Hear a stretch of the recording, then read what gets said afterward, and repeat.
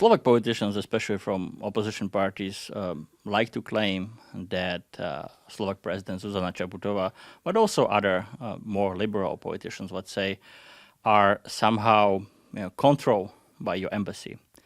What's your reaction to this? In regards to this, it's absolutely false. As my British friends would say, it's rubbish.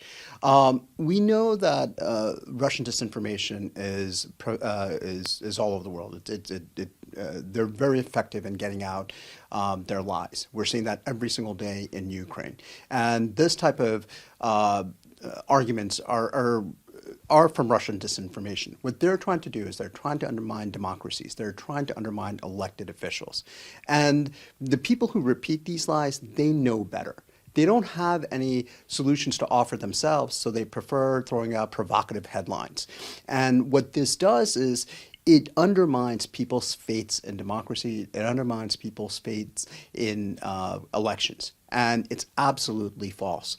The United States and Slovakia have a great relationship. We're friends, we're allies, but Slovakia is a sovereign country.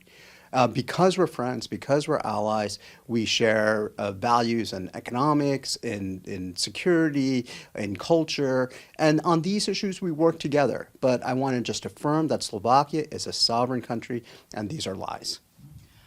But interestingly, and you said this is the disinformation and the lies, but interestingly, we just saw elections in the U.S., and you see especially many Republican politicians claiming and attacking their opponents that they are financed by Soros, supported by George Soros, which is also we are quite familiar with this narrative also here. So it seems Slovakia and the U.S. has something in common, right? Well, if you're saying disinformation, I absolutely agree. Disinformation is a problem all over the world. Disinformation has always existed. And in the modern world, it's very easy to disseminate with phones, because of social media.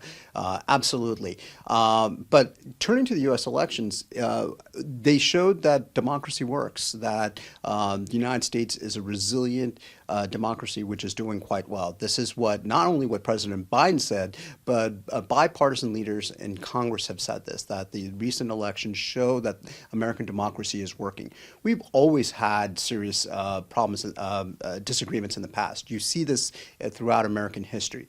But the rule of law always prevails. And that's what happened again here. Election denialists generally lost, but more importantly, the rule of law, effective elections were upheld.